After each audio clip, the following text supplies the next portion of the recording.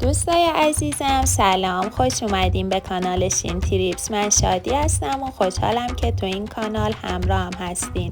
امروز میخوام شما رو با یکی از جذاب ترین قسمت های بازار بزرگ ایران مال آشنا کنم، جایی که یه بخش قدیمی با مغازه‌های سنتی داره و حس و حال بازارهای قدیم تهران رو براتون تداعی میکنه. امیدوارم که براتون جالب باشه.